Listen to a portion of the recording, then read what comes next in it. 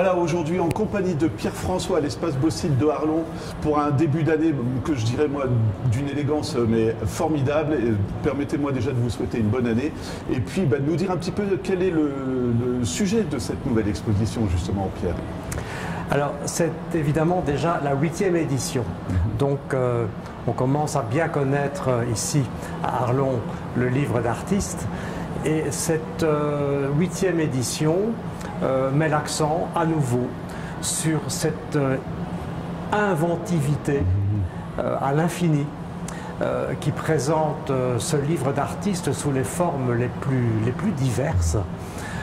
Je dis bien les formes les plus diverses parce que la forme la plus traditionnelle du livre d'artiste, c'est le livre accordéon.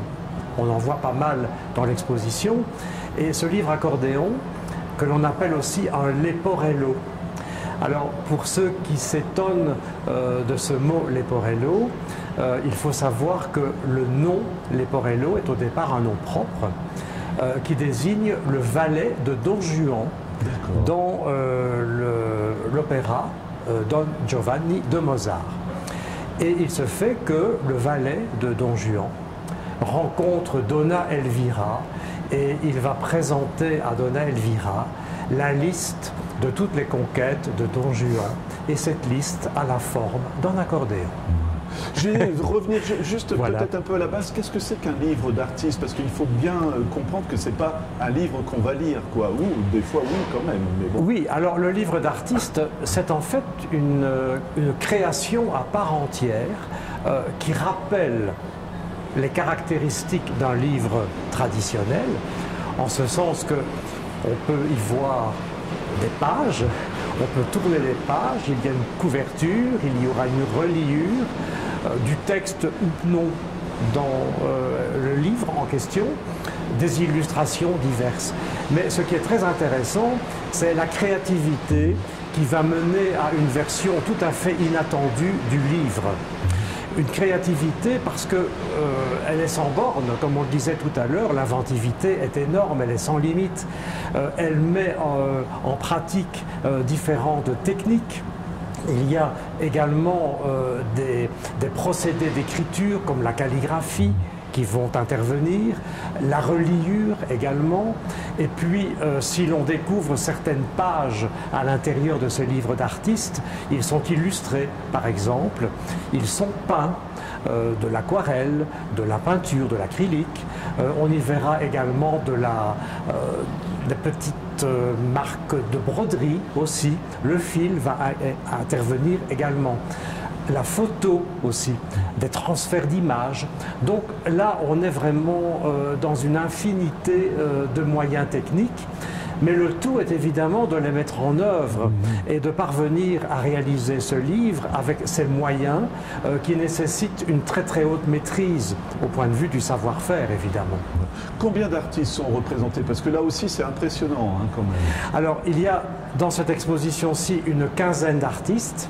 Alors, je souligne au passage la participation française, on en parlait, avec une artiste venue de Bretagne, une autre de Champagne et la troisième de Moselle, puisqu'elle habite dans le sud de la ville de Metz. Voilà. Alors on a envie de mettre en valeur tout le monde, malheureusement on ne va pas pouvoir faire les 15, mais j'ai aussi un beau travail de collaboration, c'est un petit peu pour ça que je vous ai demandé de vous mettre ici, parce qu'on parle quand même de livres, et là il y a un écrivain, je vous laisse nous expliquer un peu cette expérience-là qu'on découvre. Oui, alors ici on est dans un registre un peu plus particulier, sur lequel sans doute on a mis l'accent davantage pour cette 8e édition, qui est le domaine de la bibliophilie. Donc ici, les ouvrages qui sont présentés sont absolument uniques en soi.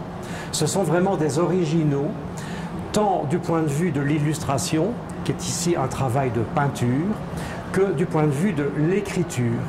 Puisque là, l'auteur qui rencontre l'artiste peintre a lui-même écrit son texte de sa propre main dans l'ouvrage, et en plus, il s'est engagé à ne jamais l'éditer.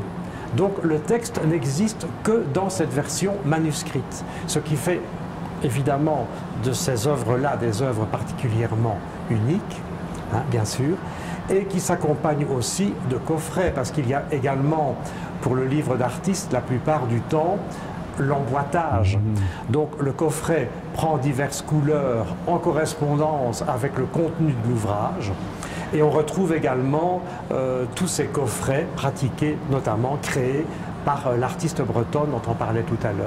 Voilà, alors il y a aussi tellement de créations, mais j'invite les gens à se promener.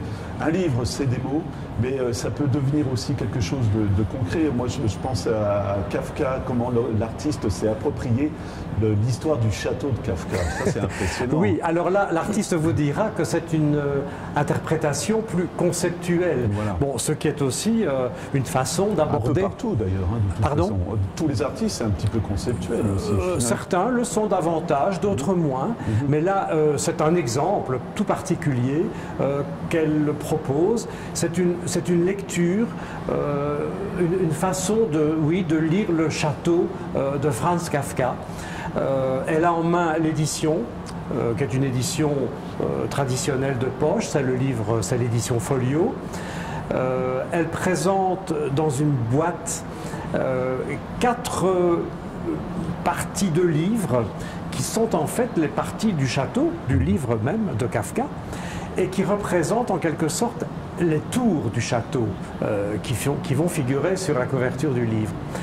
Mais quand on connaît l'histoire qui est proposée par Kafka et quand on sait que c'est une histoire d'arpenteur chargé d'aller prendre les dimensions d'un château, mais que tout cela va extrêmement se compliquer administrativement et que même il n'aura pas l'occasion d'accéder à ce château, eh bien, tout s'écroule. Et donc, cette petite boîte s'ouvre et l'on voit les 4 tours s'écrouler et l'on voit le livre vraiment apparaître en 4 morceaux. Voilà, alors vous nous avez parlé du livre Accordéon, j'aimerais bien que vous nous parliez du livre Serpent, parce que je trouve ça aussi magnifique. C'est un livre qui a la forme d'un serpent, mais c'est un livre complet aussi, il faut bien comprendre ça. Oui, alors là, le livre Serpent, alors là c'est d'une part évidemment très original, parce que je crois qu'il fait au moins 1,20 m de long.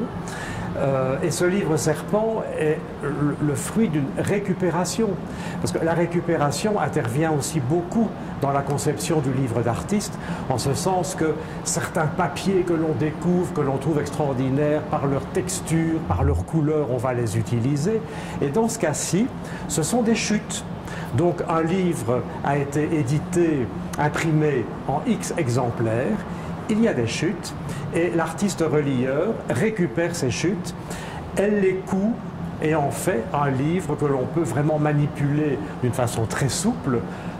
Oui, c'est le livre Serpent. Voilà. Alors il y en a 2 dans l'exposition, et l'autre, un peu plus petit, est un livre Serpent doré, parce que là, il est réalisé à partir de feuilles récupérées de vieux ouvrages dont la tranche est dorée.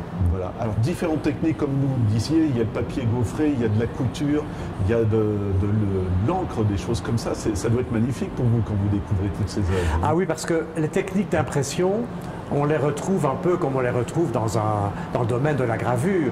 Donc il y a de la linogravure, de la gravure sur bois, il y a même des impressions sur feuilles de gélatine. Bon. Il y a également des photogrammes, c'est-à-dire donc tout un travail qui est réalisé, très graphique d'ailleurs, à partir d'impressions de papier sensible, où l'on voit toute une série de lignes blanches qui apparaissent, qui créent un ensemble graphique extrêmement intéressant, parce que tous les livres accordéons deviennent des petits volumes carrés qui forment une installation en noir et blanc. Voilà. Et toujours rapport avec l'écriture, moi je pense aux livres dont on voit les lettres qui tombent dedans pour donner peut-être à la fin un livre qui sera écrit, ou alors même le fil de couture qu'on tire un peu pour compléter des phrases. Je ne sais pas, moi à chaque fois je vous le dis, je suis épaté par l'imagination des artistes. Alors parlant justement de ces lettres, c'est un découpage qui se fait non pas au laser, mais au cutter. Il y a d'ailleurs une véritable dentelle de lettres qui est proposée à l'entrée de l'exposition. Donc ce découpage marque bien la minutie aussi avec laquelle l'artiste interviendra. Et les lettres qui vont peu à peu donner naissance à l'écriture, au livre, Et là, quand on parle d'écriture, c'est aussi toute la calligraphie qui va intervenir dans certains ouvrages, parce que ces artistes font de l'art-liure, de la calligraphie, du dessin d'après modèle vivant.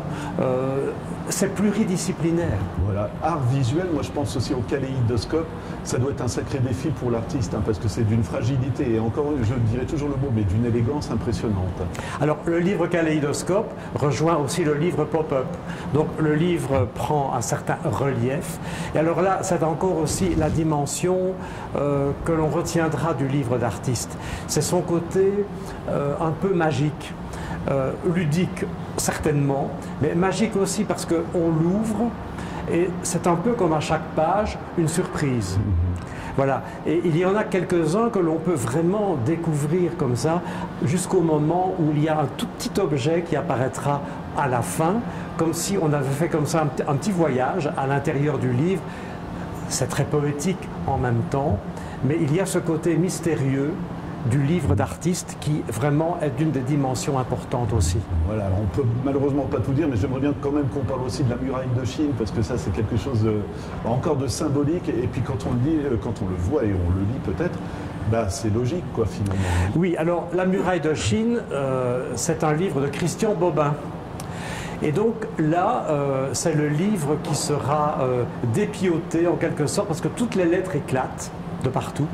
Mais ça donne surtout l'occasion de réaliser un tressage.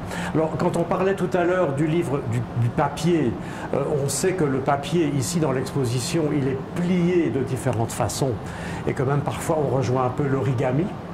Et là, le papier n'est pas plié, il est tressé. Donc ce sont des petites bandelettes de papier, comme si le tisserand agissait. Donc le fil de chaîne, le fil de trame qui s'entrecroisent. Et l'entrecroisement, ça s'appelle une armure. Voilà.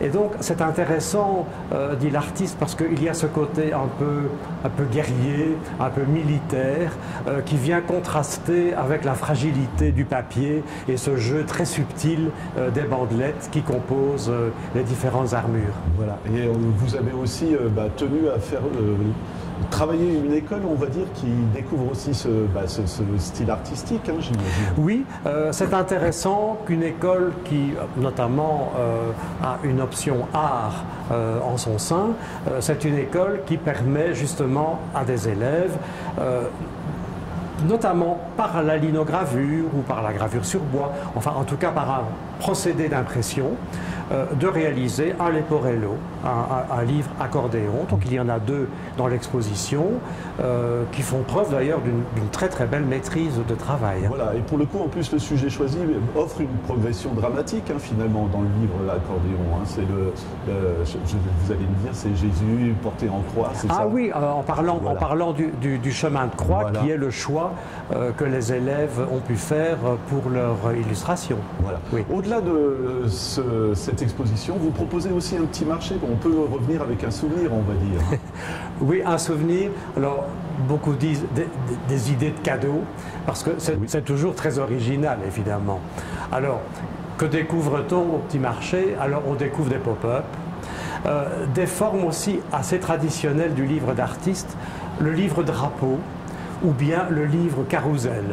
Bon, alors ça prend aussi différentes formes selon la manière de les positionner sur un support, sur une table ou l'autre. Et puis il y a également les marque-pages, et puis différents petits haïkus qui sont calligraphiés sur des mini-livres accordéons qui sont peints. Voilà, par exemple.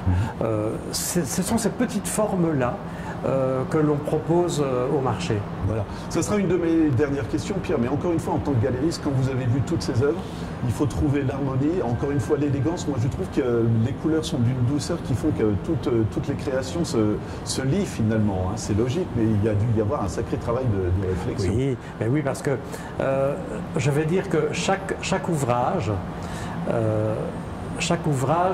nécessite un type d'accrochage particulier. Il y a là-bas une table aussi qui présente différentes différentes compositions qui associent, comme on le disait tout à l'heure, la qualité du papier, la qualité de l'impression, la broderie, parfois la broderie libre sur organdi, avec tout cela emballé vraiment élégamment dans de superbes coffrets. Et là aussi, c'est la relation avec l'auteur. Et là, il faut permettre aux visiteurs d'ouvrir ces livres-là. Le livre d'artiste n'est pas fermé. Le livre d'artiste, bon, parfois se manipule avec des gants, d'accord, aussi, mais la plupart du temps, il faut pouvoir les ouvrir, les découvrir page après page, et à chaque fois se trouver émerveillé par la créativité. Ah bah, c'est un pari totalement réussi, moi je vous le dis en tout cas, Pierre. Toute dernière question, comme d'habitude, jusque quand l'exposition et puis le site internet? Oui, bah, le site internet, c'est www.espacebauxite.be. L'exposition va se prolonger jusqu'au 11 février. Alors, on sait que notre site, que notre espace Beauxite se situe dans un garage, dans une concession automobile qui est en plein salon pour le moment, ce qui explique également les ouvertures 3 dimanches de suite. On aura juste le 4 février, le dimanche 4, où nous serons fermés, mais nous réouvrirons évidemment à l'occasion du dévernissage le 11.